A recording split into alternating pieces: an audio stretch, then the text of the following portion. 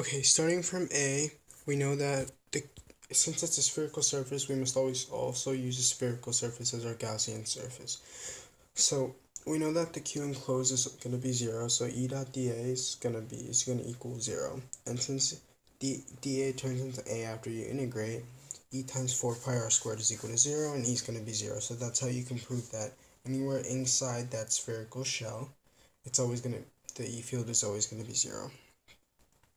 Once you make it non-uniform, it changes the E field because the difference in charges will create, and adding them up in vector format will create a vector that is the E field at any point inside the surface.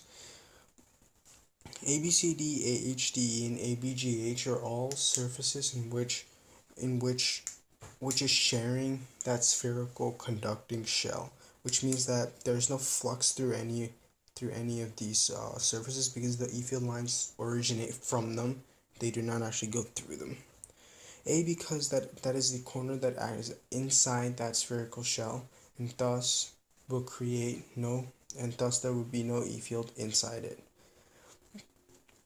For F, you can find that it's Q over 24 because 1/8 of that is inside the shell. So the Q enclosed is going to be 1/8 times Q enclosed over E sub 0. And then since there are three surfaces three faces in question, we divide that by 1/3 to find how much flux goes through each one, which is equals to Q over 24 E sub 0.